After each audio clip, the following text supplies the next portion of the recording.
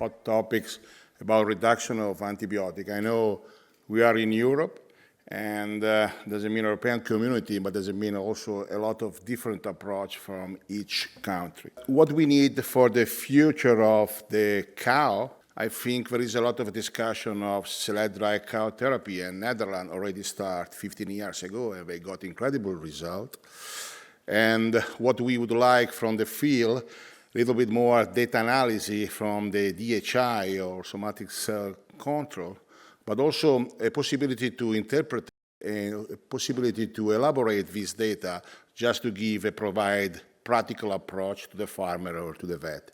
And then in the meantime, there is a lot of discussion about in which way we'll be able to support farmer or vet with on-farm culture, with PCR, and don't forget training people. I know we need to move in an automatic milking system, but people are still the most important thing in our farm. The guideline, I think this was the first big change in Europe when in 2015, the European community, I think, provide really important message. The most important message was for the first time was we need to work together. Vet, farmer, people where the government, official lab, and everybody try to fix and try to understand what is the real problem.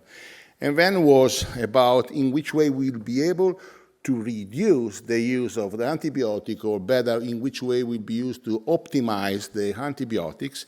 And I think there are a couple of important sentences already used in Europe. One was to move the blank therapy to the select dry cow therapy, and the majority of the country in Europe already move in this direction. And the other was promoting a little bit more better diagnostic, better identification of bacterial culture when we speak about mastitis. And I think one of the most important messages from this paper was we need to work together with the farmer, and the vet need to take in consideration and the leadership, what's going on in the farm. I think the time that we used to work only for reproduction or surgery is a little bit on the end, and I think the role of the vet is more in data analysis or elaborate data or result coming from the government lab or private lab, but private lab, they have experience in what we do, especially now that we speak about mastitis, and interpret the data and suggest practical support to the farmer. We need to change the treatment beware, and we will take longer. It's not so easy because for 20 years we suggest blank therapy, and now we need to move in a different direction, and what we said is completely different than what we said in the last 20 years.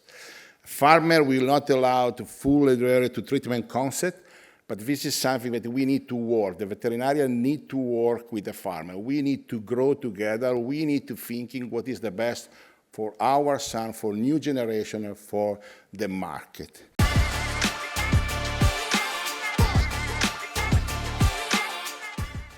This test takes seconds to perform. As I said before, no training is needed, no language barrier. It's easy to perform. You just need to collect an aseptical mixed sample, put it in a cartridge, and incubate the cartridge in the machine, and just introduce the details about cow identification and wait for the results with a turnaround that normally are less than 24 hours, depending on the bacteria.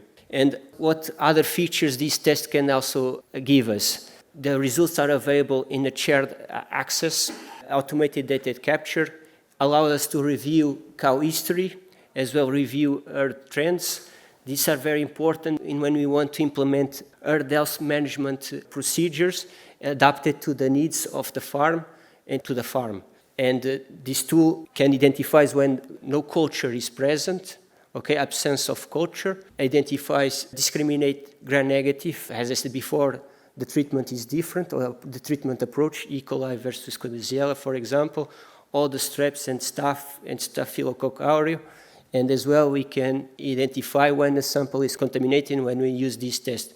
Since our launch, almost 47,000 clinical mastitis samples were analyzed by our machines, and the results show that in 11% of the cases, no bacteria was detected, so there is no need to use antibiotics. And if we say as well, E. coli cases, so this showing that around almost 30% of the cases we don't need to use antibiotics. Can we increase the likelihood of the right treatment decision being made on farm?